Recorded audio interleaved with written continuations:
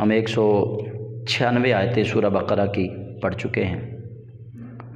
آج 9واں رکوع شروع کریں گے اور 9ویں رکوع کا آغاز اس مضمون کا حج سے ہو رہا ہے۔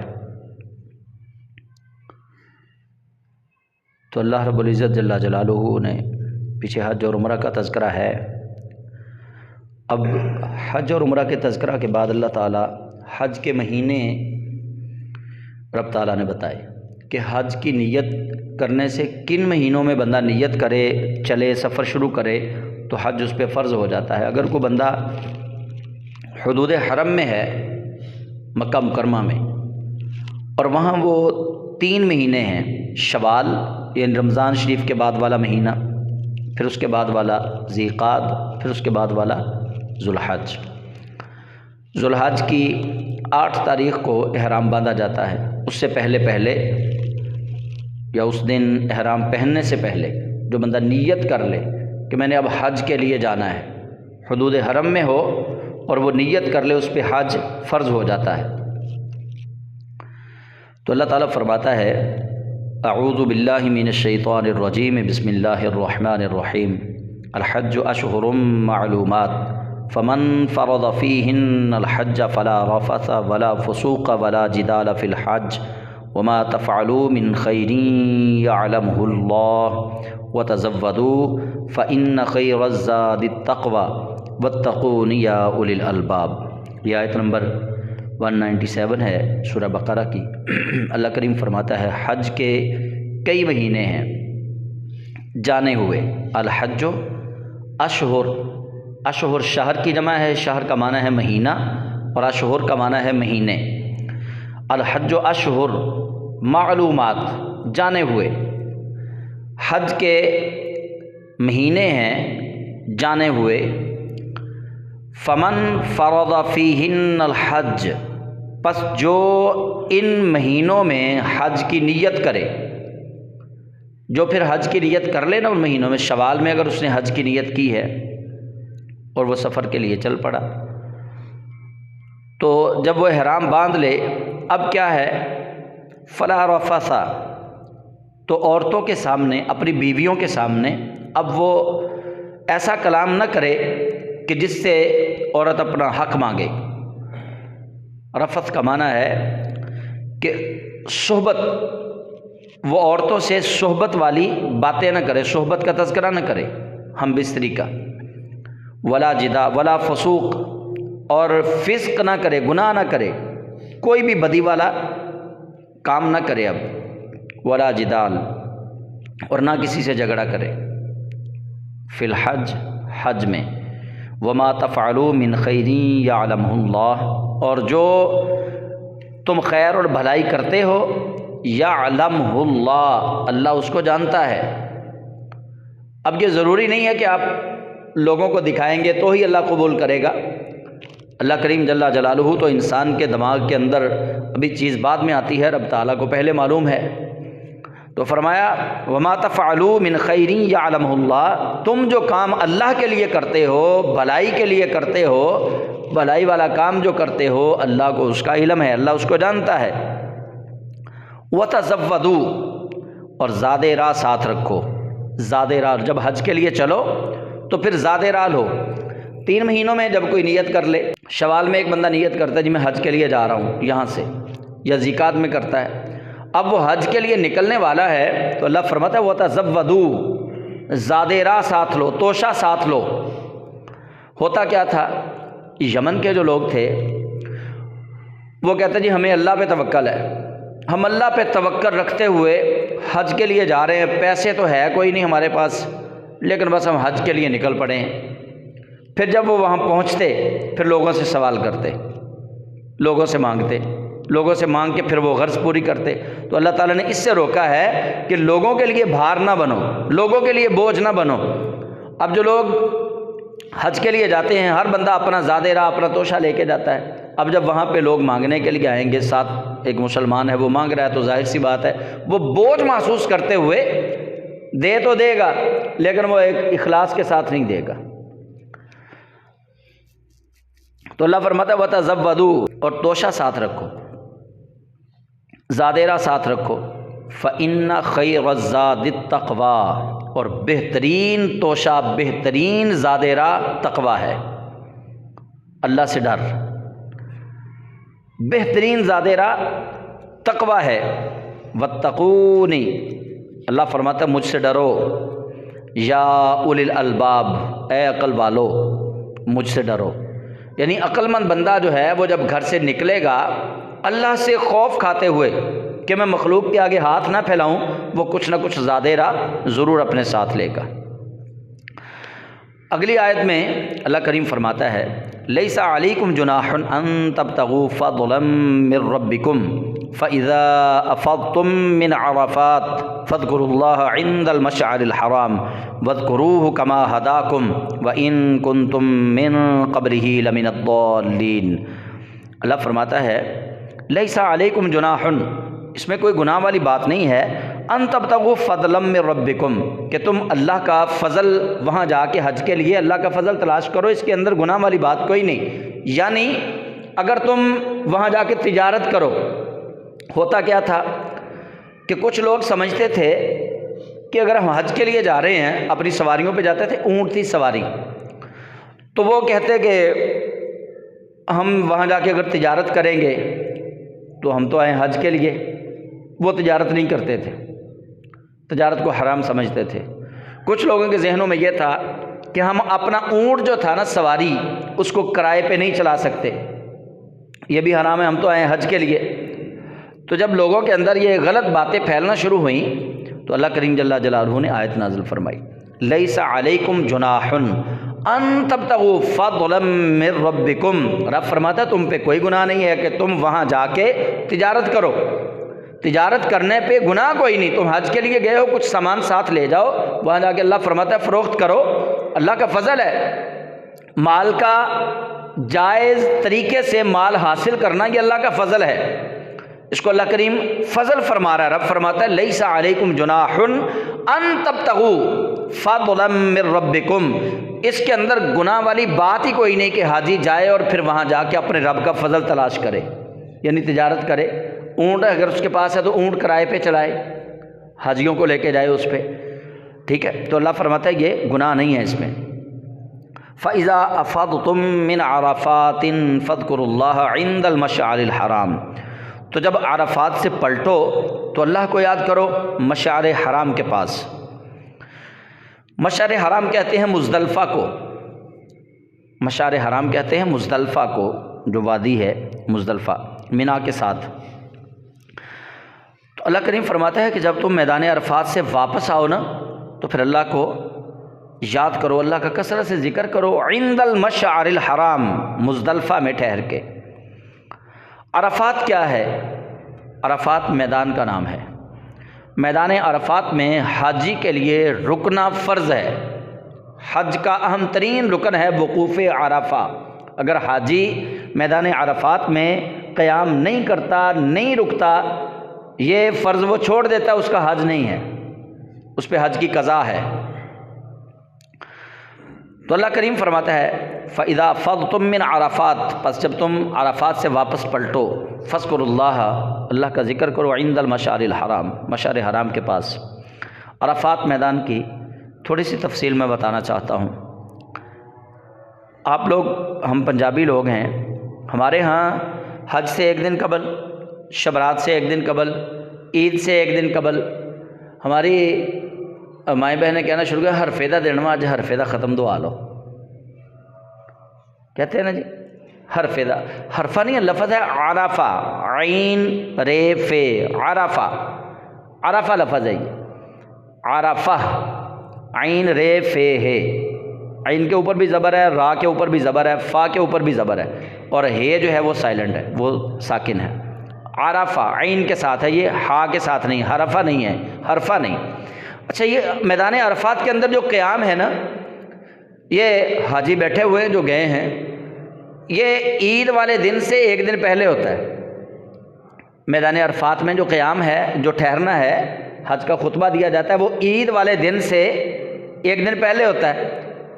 وہاں رکنے والے دن کو کہتے ہیں یوم عرفہ، چونکہ وہ عید سے ایک دن پہلے ہے۔ ٹھیک ہے، تو ہماری مائیں بہنیں جو ہیں وہ بزرگ وہ کہتے ہیں جی عید تو ایک دن پہلے عرفہ ہوندا ہے، ٹھیک ہے، اصل میں وہ ہے یوم عرفہ، یعنی میدان عرفات میں ٹہرنے کا دن، اصل وہ یہ ہے۔ اچھا اس کا ختم شتم کوئی نہیں، یہ تو ختم شریف تو اصال ثواب ہے نا، یہ تو جب مرضی آپ کریں، یہ کچھ نہیں ہے، بس یہ ایسے ہی ہم لوگوں نے بنایا ہوا ہے اپنی طرف سے کہ ہر فیدہ دینا جی، ہر فیدہ ختم دعا لو، یہ مطلب اپنی طرف سے بیبیوں نے کہانی یہ بنائی ہوئی ہے۔ تو عرفہ اس کو کہتے کیوں ہیں عرفہ؟ اب میں آپ کو لفظ تھوڑا سا بتا دوں۔ عارف آپ نے نام سنا ہے؟ عارف عام بچوں کے نام ہوتے ہیں عارف، عارف کا معنی ہے جاننے والا، تو عرفہ اس کا معنی ہے پہچاننا، پہچان، اس کی پہچان یا اس نے پہچانا۔ اچھا اب اس کو کہتے ہیں میدان عرفات، اس میدان کو کہتے ہیں، اس میدان کو کہتے ہیں میدان عرفات، پہچان کا میدان، پہچان کا میدان۔ اب وہ پہچان کا میدان کیوں بنا، اس کا نام کیوں رکھا گیا؟ دو وجہ ہیں۔ پہلی وجہ سنیے کہ مسلمان وہاں جا کے اپنے گناہوں کا اعتراف کرتے ہیں، یا اللہ ہمیں پتہ ہے، یا اللہ ہمیں معلوم ہے ہم گناہ گار ہیں، یا اللہ ہمیں پتہ ہے ہم عاصی ہیں، ہم فاسق ہیں، ہم فاجر ہیں۔ وہ جا کے جو اعتراف کرتے ہیں نا اپنے گناہوں کا، وہاں جا کے اعتراف کرنے کی وجہ سے، لوگوں کے اعتراف کرنے کی وجہ سے اس میدان کا نام ہے میدان عرفات۔ ایک یہ وجہ ہے۔ دوسری اور اہم وجہ یہ ہے کہ حضرت سیدنا آدم علیہ السلام اور اماں حوا رضی اللہ تعالی عنہا دونوں کی ملاقات ہوئی میدان عرفات میں، دونوں نے ایک دوسرے کو پہچانا۔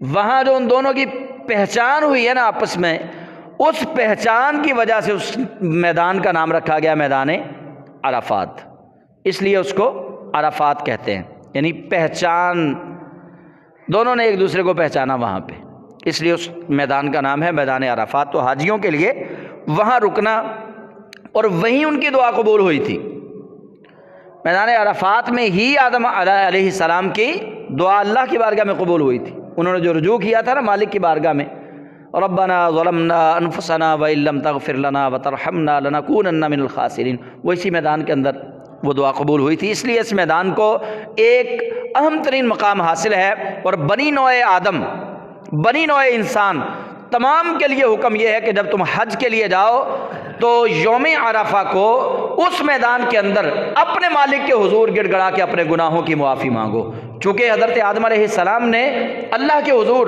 انبیاء کرام غلطیوں سے پاک ہوتے ہیں، انبیاء کرام سے غلطیاں نہیں ہوتی، انبیاء کرام سے خطائیں نہیں ہوتی، لیکن ان سے لغزش یعنی بھول ہوئی، وہ بھولتے بھی نہیں ہیں جان بوجھ کے۔ انبیاء کرام خود بخود نہیں بھولتے، بلکہ انبیاء کرام اللہ کی طرف سے بلائے جاتے ہیں، اس کے اندر حکمتیں ہوتی ہیں۔ آپ دیکھیے نا آدم علیہ السلام، ان کی جو بھول ہے اللہ کی طرف سے، جو ان کو بھول لگوائی گئی اللہ کی طرف سے، اگر یہ معاملہ نہ ہوتا تو آج نہ میں ہوتا نہ آپ ہوتے، یہ کارخانہ دنیا نہ ہوتا۔ پھر دراصل نبی غلطی نہیں کرتے۔ نبی غلطی کیوں نہیں کرتے؟ نبی تو ہوتے ہی اللہ کی کسٹڈی میں ہیں۔ نبی کا اٹھنا بیٹھنا، چلنا پھرنا، بولنا، کھانا پینا، لیٹنا، شادی بیاہ، تمام معاملات نبی کے اللہ کی کسٹڈی میں ہوتے ہیں۔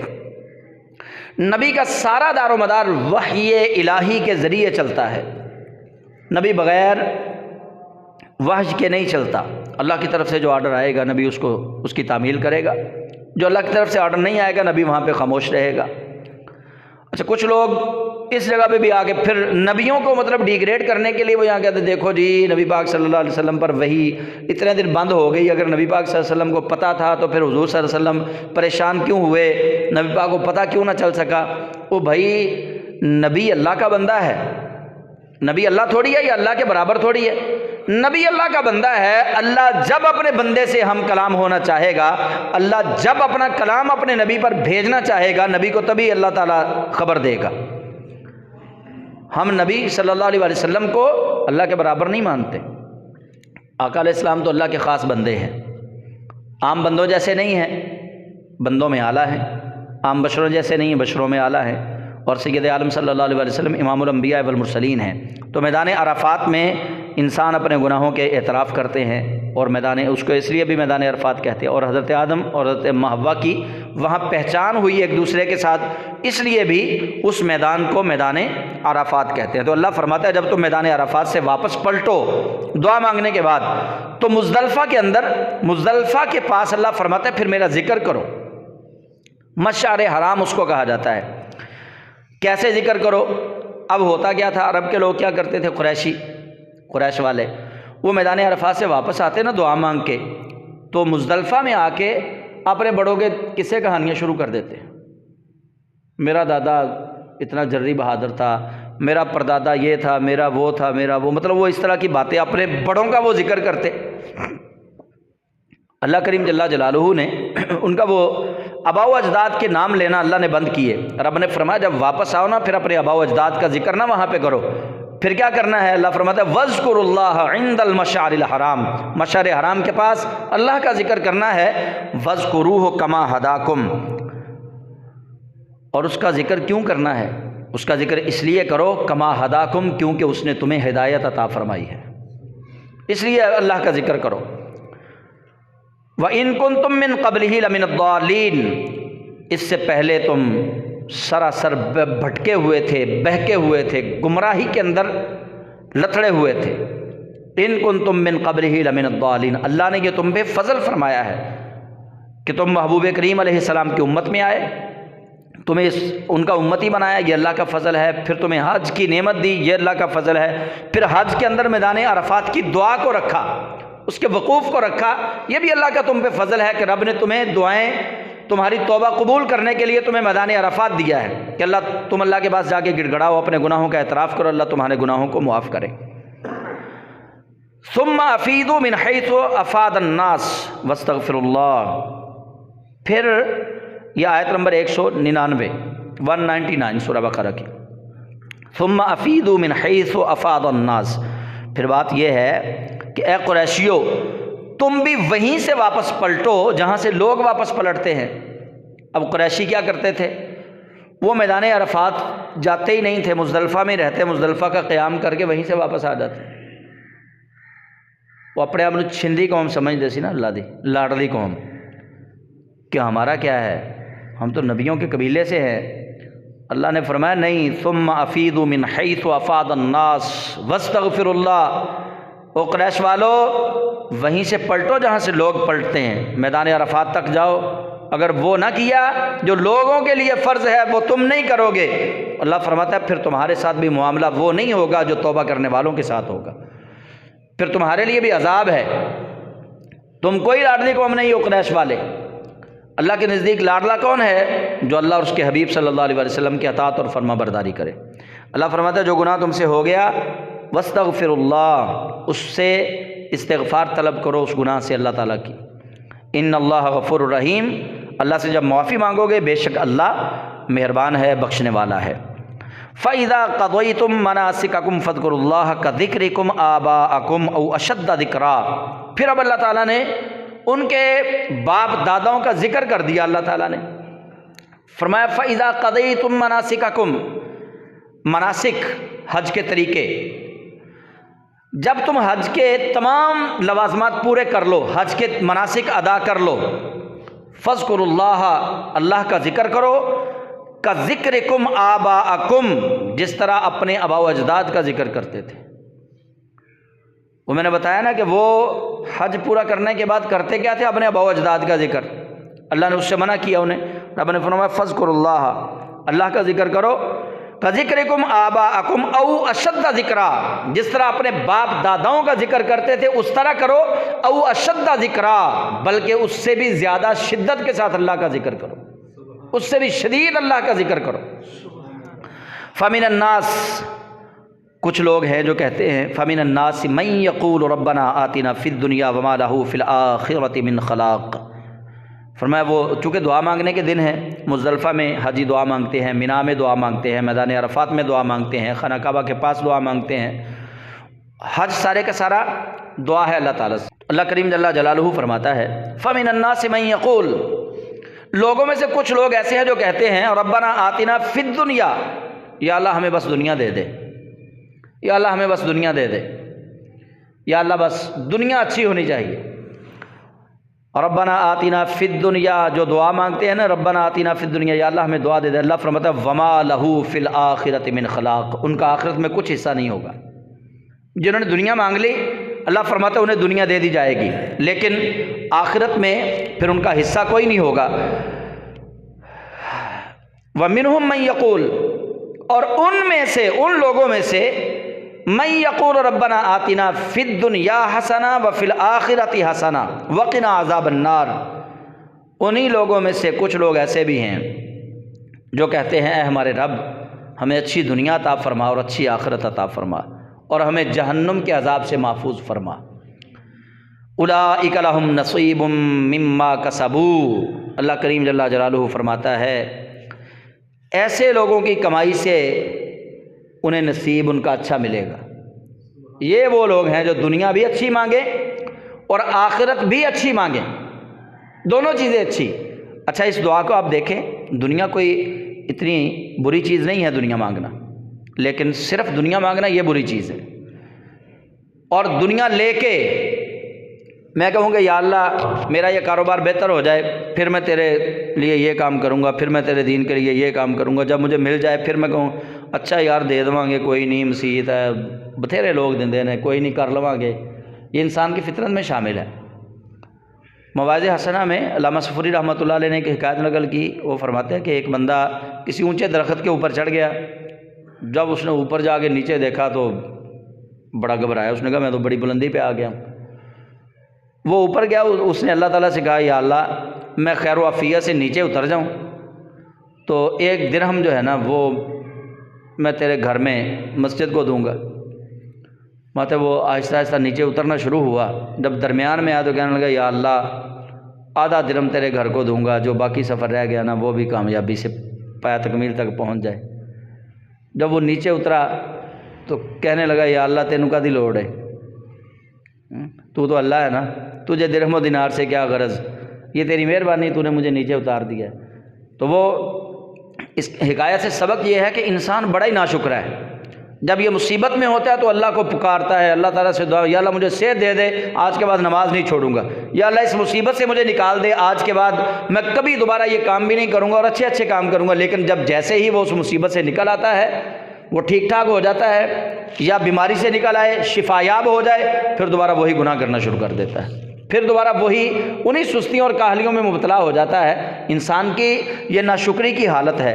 تو اللہ کریم جل جلالہ فرماتا ہے کہ اچھے لوگ وہ ہیں جو دنیا بھی اچھی مانگتے ہیں اور آخرت بھی اچھی مانگتے ہیں۔ رب فرماتا ہے اولئک لہم نصیب مما کسبوا، اسی دعا کے اندر ان لوگوں کے لیے اللہ کی طرف سے خوش نصیبی ہے۔ واللہ سریع الحساب، اور اللہ بہت جلدی حساب فرمانے والا ہے۔ اللہ کا حساب کوئی دیر سے نہیں ہوتا۔ اللہ کو کون سا کوئی اللہ تعالیٰ نے کیلکولیٹر کے ذریعے حساب کرنا ہے؟ ہاں جی، کہ اللہ تعالیٰ کو کیلکولیٹر چاہیے؟ نہیں، اللہ تعالیٰ تو فرشتوں کا بھی محتاج نہیں ہے۔ جو فرشتے ہمارے کندھوں پہ ہیں نا، حساب کتاب لکھ رہے ہیں، یہ تو انسان کو سمجھانے کے لیے ہے، انسان کو ڈرانے کے لیے ہے۔ اللہ کو ان فرشتوں کی، نہ فرشتوں کے پاس جو رجسٹر ہے اللہ تعالیٰ کو اس کی کوئی ضرورت نہیں ہے۔ اللہ تعالیٰ تو جانتا ہے، ان اللہ علیم بذات الصدور، اللہ تو انسان کے سینے کے اندر چھپی ہوئی چیزیں بھی جانتا ہے۔ تو اس لیے جب دعا مانگو اللہ تعالیٰ سے تو بہترین دنیا کی دعا مانگو اور بہترین آخرت کی دعا مانگو۔ ایسی دنیا مانگو اللہ تعالیٰ سے کہ یا اللہ دنیا دے، پر ایسا دنیا کا مال دے جس کے ساتھ ہماری آخرت کا نقصان نہ ہو۔ ایسا مال دے دے جو آخرت کو بنانے والا ہو، ایسا مال نہ دینا یا اللہ جس سے ہماری آخرت برباد ہو جائے۔ وَاذْكُرُوا اللَّهَ فِي أَيَّامٍ مَّعْدُودَاتٍ، اور اللہ کی یاد کرتے رہو گنے ہوئے دنوں میں، یعنی حج کے دنوں میں اللہ کو یاد کرتے رہو۔